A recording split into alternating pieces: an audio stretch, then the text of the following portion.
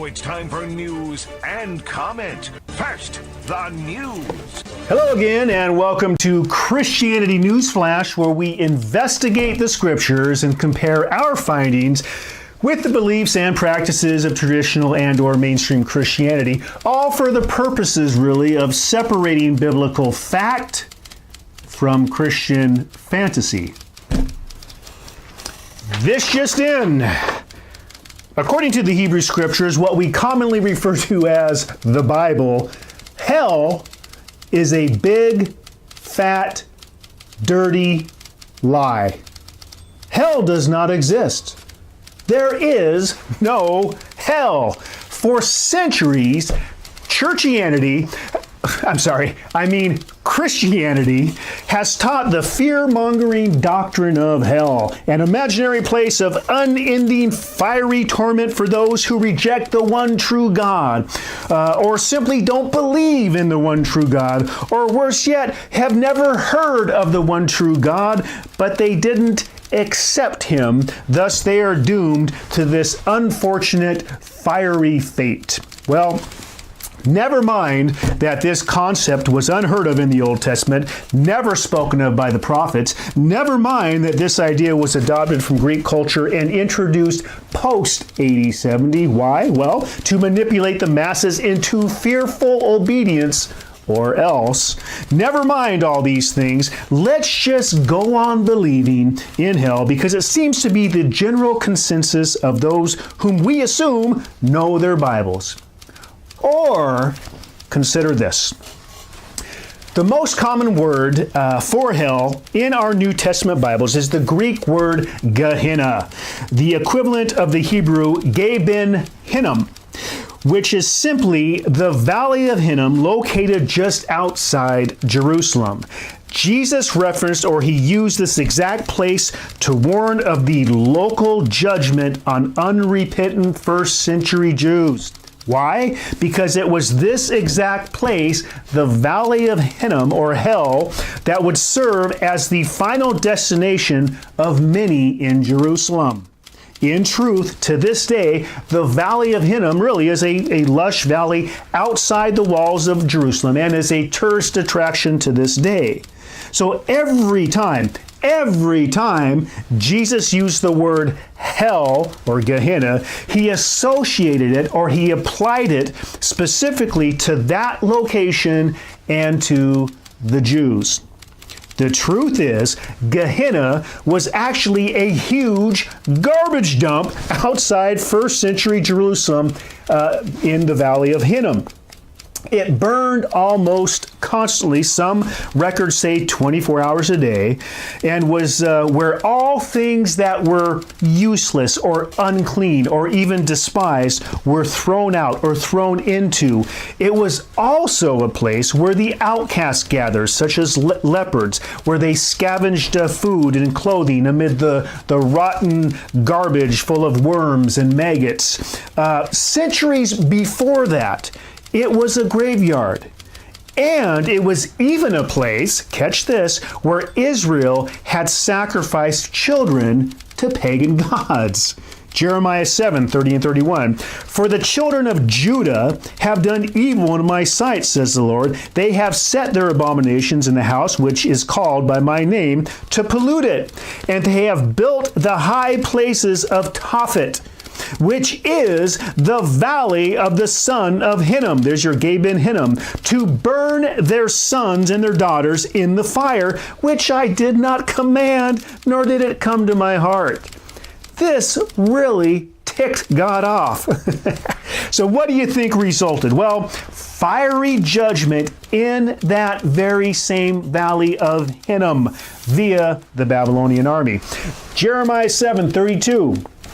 Therefore, the days are coming, says the Lord, when it will no more be called Tophet, or the valley of the son of Hinnom, but the valley of slaughter. For they will bury in Tophet until there is no room. Now listen to this. He says in 33, the corpses of this people will be food for the birds of heaven and for the beasts of the earth, and no one will frighten them away.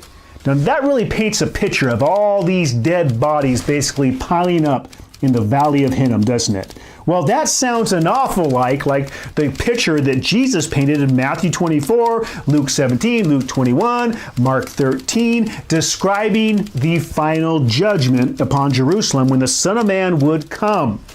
Some would be taken in judgment, some would not. Some would escape. Just like Jeremiah described a picture of dead corpses in the valley of Hinnom near to his day, so too Jesus in his day and his audience would have recognized the language. Matthew 24:27. For as lightning comes from the east and flashes to the west, so will be the coming of the Son of Man. Listen to this. For wherever the carcass is, there the eagles or the vultures will be gathered together. Paints that same picture now, doesn't it? So by the time the first century rolled around, the valley was basically a burning garbage dump. This was Gehenna. This was hell. This was where Jesus warned many of them would end up in hell in the soon or coming impending judgment.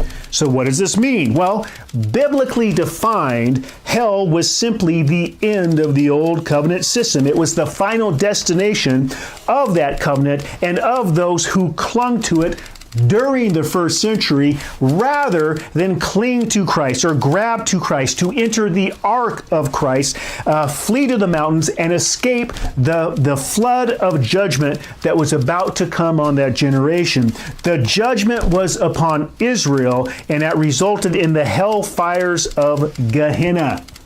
That's it.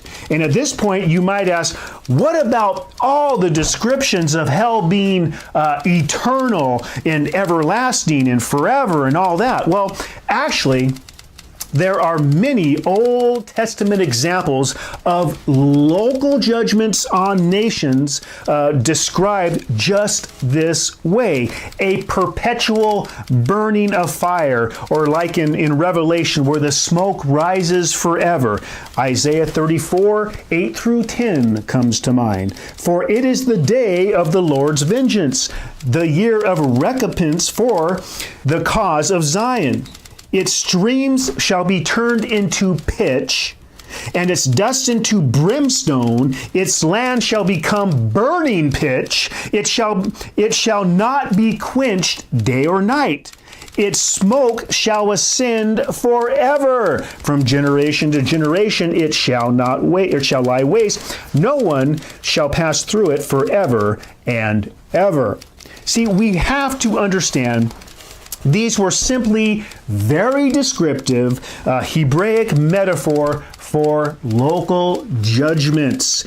Judgments by fire, judgments by burning and smoke. You might recall John the Baptist entering the scene and warning of a soon coming judgment by fire. All the Old Testament examples really serve as shadows, typological shadows of the final age-ending fire judgment that would fall upon Jerusalem in 70 AD. So when the New Testament spoke of the end of their covenant world in terms of hellfire, unquenchable fire, lake of fire, everlasting punishment, where the worm never dies, the smoke of their torments, I think it is, and so on. We mustn't think in terms of a literal, eternal, ongoing, never-ending torment that's more aligned with our Western-minded literalistic thinking. No. We have to try to understand how the original audience would have understood these things. The Jews were very familiar with this kind of language because it was the language of their prophets. They got it. It was perfectly natural to them. They didn't need lessons in Hebraic apocalyptic language because they spoke it, they read it, they lived it, so they got it. There was no doubt they understood this language no other way than in relation to national judgment. So we need to think contextually, allowing the ancient Hebraic expressions to paint the pictures they intended to paint and the notions they intended to convey without adding our own ideas into the text. And admittedly, this is extremely difficult to do, considering most of us have been indoctrinated from birth into the concept of a literal conscious torment in the fiery flames of an eternal hell. And when that concept of hell is molded and pounded and saturated into our psyches, man, it can be difficult to even consider another paradigm.